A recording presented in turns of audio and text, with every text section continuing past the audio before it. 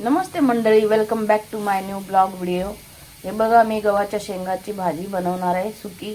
ते नक्कीच बघून घ्या। याला आता मी कापणार आहे, स्वच्छ पाण्याने धुणार आहे आणि त्याची मी सगळी रेसिपी ब्लॉगमध्ये टाकणार आहे। नक्कीच व्हिडिओ बघा आणि आई वडिलांची काळजी नक्कीच घ्या। बाय। हे बघा, मी फोडणीला काय काय टाकले, कढीपत्ता, मिरची, लसूण आणि कांदा आणि मोहरी टाकते आता। हे बघा, आता तेल टाकणार आहे। तेल झालं की मग मीठ टाकणार आहे।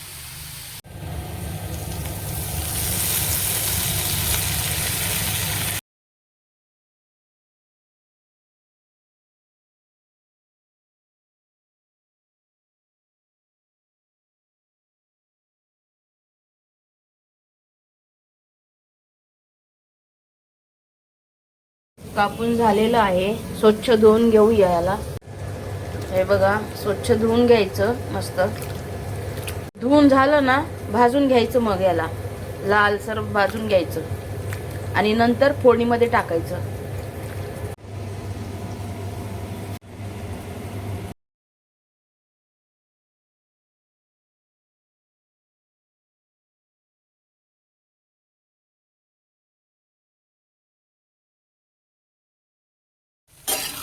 शेंगा भाजत आहेत बघा, लालसर लालसर भाजायचं। इकडे फोडणी झालेली आहे आपली। हे बघा, असं लालसर फोडणी करायची। ते टॅमॅटो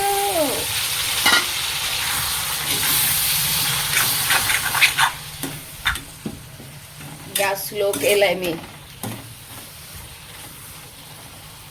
बघा मंडळी, असं लाल भाजून घ्यायचं। हे बघा बघा मंडळी, असं भाजून घ्यायचं। इकडे टॅमॅटो 2 मिनिटं भाजून घेतले मी। आता हिंग टाकते मी। हे बघा, हिंग, लाल तिखट, हळद, 2 मिनिटं परतून घ्यायचं।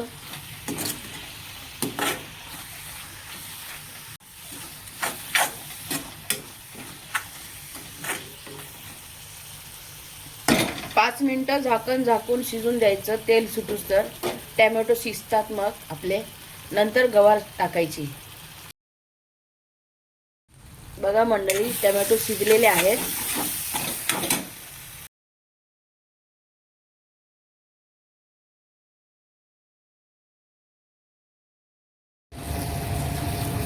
शेंगदाण्याचं कूट मिक्स करून झालंय। आता आपण गवार टाकूया।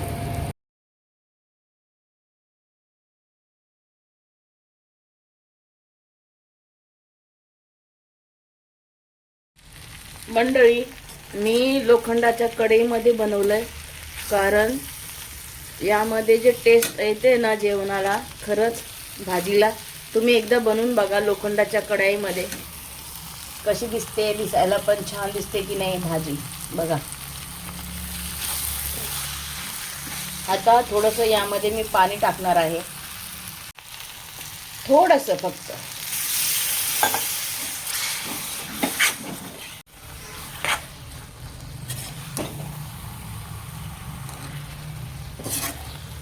पाणी का थोडंच टाकलं, कारण खाली चिटकतं ना लोखंडाच्या ह्याच्यामध्ये, म्हणून।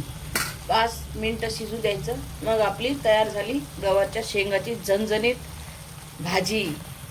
मंडळी, थोडंसं आपण कोथिंबीर टाकूया।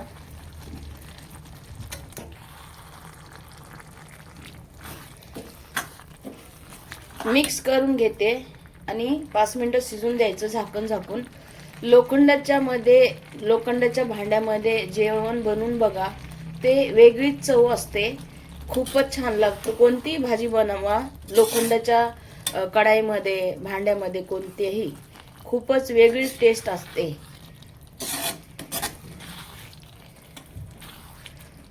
इतर भांड्यामध्ये थोडी वेगळी चव असते आणि लोखंडाच्या भांड्यामध्ये वेगळीच चव असते। मंडळी, नक्कीच बनवून बघा। मी आता याला झाकून 5 मिनिटं शिजून देणार आहे। नक्कीच माझा व्हिडिओ पूर्ण बघा, लाईक शेअर सबस्क्राईब करा. आई वडिलांची काळजी घ्या. Bye bye, take care. बघू शकता मंडळी, दिसायला पण किती छान दिसते भाजी.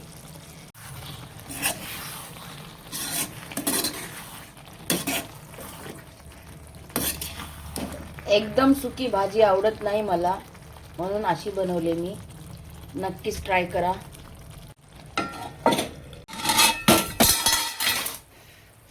वाव.